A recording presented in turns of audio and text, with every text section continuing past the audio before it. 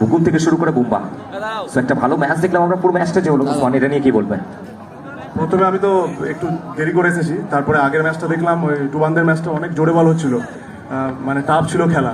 তা হ্যাপিদা তো অনেক ভালো টিম, ওরা এমনি জোরে বলে ভালো টিম, এখানে ওরা এমনি ফেভারিট, এখানে খেলে ওদের দিকটা কাছে।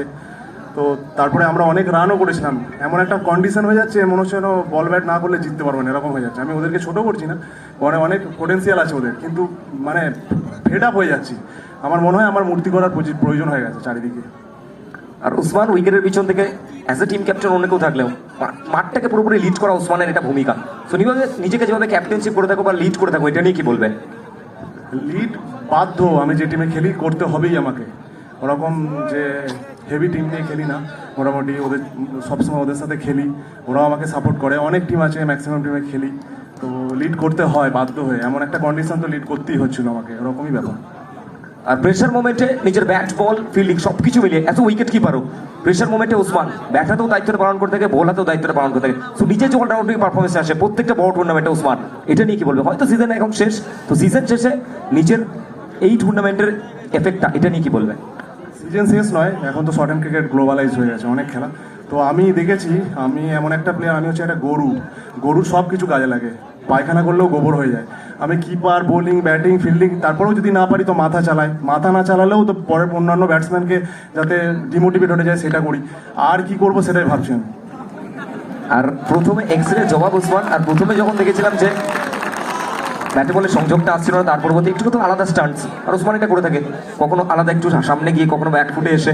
তো নিজের যে স্টান্সটা আছে এগুলো মেন্টালিটি মাথা থেকে কীভাবে বার করে, এটা সমস্ত সময় লাইভে কোশ্চেন আছে, তো তাদের জন্য উত্তরটা যদি দিয়ে থাকেন। কেসটা ওইটা নয়, ও তো 6 ওভারের খেলা, আমাকে 6 ওভার থাকতে হবে। আমি ওরকম হাইলি যেসব টিমগুলো খেলে তাদের মধ্যে ফ্রিলি খেলি না, যারা 1 নম্বর 2 নম্বর ব্যাটসম্যান অন্যরা বলে থাকে, তো আমি তো ভাবি না। তো 1 নম্বর 2 নম্বর ব্যাটসম্যান ভাবে তাদের মতো ফ্রিলি খেলতে পারি না, কারণ তাদের 3-4টে ব্যাটসম্যান অলরেডি ব্যাকআপ থাকে। আমার তো কেউ না আউট হয়ে গেলে আমাকেই ব্লেম করে, তুমি কেন থাকলে না, তুমি করলে না কেন, এই একটু আগে সাজান বুঝবে 60 রান করতে পারলে না, তুমি কি করো ওসমানদা? কিছু করার নেই আমাকে, আমি শুধু সারা জীবন অভিযোগ নালিশই শুনতে হয়েছে। তো যাই হোক, কিছু বলার নেই। আর ওটা 6 ওভারের খেলা ছিল, হ্যাপির বলটা চাইছিলাম এড়িয়ে চলে যায়, তারপরে অন্য বোলারগুলোকে মারলে একটা টার্গেট হলে আমাদের বোলাররা বল করে দেবে, এই কারণে। আর উসমান বেঙ্গলের মানুষরা যেভাবে ভালোবাসাটা দিয়েছে উসমানের জন্য, তো অ্যাজ এ সাপোর্টারদের জন্য কি বলতে থাকবেন?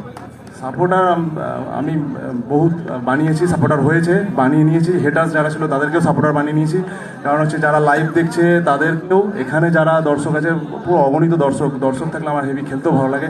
থ্যাংক ইউ দাদারা, যারা সাপোর্ট করেছো, যারা ভালোবাসো না তারাও ভালোবাসবে, অসুবিধা কিছু নেই। এখানে এসে ভালো লাগছে, টুর্নামেন্ট সমীরণ আছে, ওদের টুর্নামেন্ট এসছি, ভালো লাগছে। ওরা এর পরের বছর আরও ভালো করুক, আশা করছি। মাঠও খুব ভালো, এখানে দর্শকও ভালো, পরিচালনাও খুব ভালো, আশা করছি পরের বছর সব প্লেয়াররা আশা করছি খেলতে আসবে। So thank you, all the best man of the match.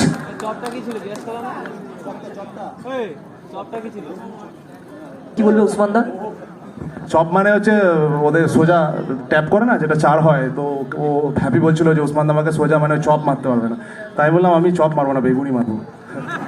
Lovely Usman, একবার সকল মিলে গোল তুলে উসমানের জন্য। Come on everyone for Usman. Request করব তাদেরকে তুলে দেওয়ার জন্য ম্যান অফ দ্য ম্যাচের প্রাইজ। আমাদের সকলের প্রিয় ছোট্টুদা তুলে দিচ্ছে ম্যান অফ দ্য ম্যাচের প্রাইজ। এখান থেকে আজকের দিনের ছোট্টুদা ওই